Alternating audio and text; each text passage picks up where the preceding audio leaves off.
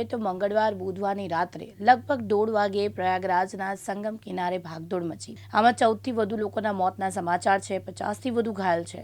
સ્વરૂપ રાણી હોસ્પિટલમાં હાજર અનુસાર 14 મૃતદેહોને પોસ્ટમોર્ટમ માટે લાવવામાં આવ્યા છે।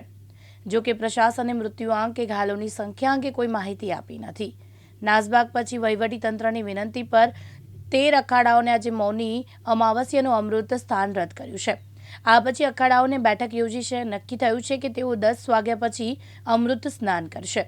પીએમ મોદી અને ગૃહમંત્રી અમિત શાહે ફોન પર સીએમ યોગી પાસેથી ઘટનાની માહિતી લીધી છે। હવે અધિકારીઓ હેલિકોપ્ટરથી મહાકુંભ પર નજર રાખી રહ્યા છે। એક અફવાને કારણે સંગમ પર નાસભાગ મચી ગઈ હતી। કેટલીક મહિલાઓ જમીન પર પડી અને લોકો તેમને કચડીને દોડી ગયા। અકસ્માત બાદ 70થી વધુ એમ્બ્યુલન્સ સંગમ કાંઠે પહોંચી। ઘાયલો અને મૃતકોને હોસ્પિટલ લઈ જવામાં આવ્યા છે। અકસ્માત બાદ એનએસજી કમાન્ડોએ સંગમ કિનારે ચાર્જ સંભાળ્યો છે।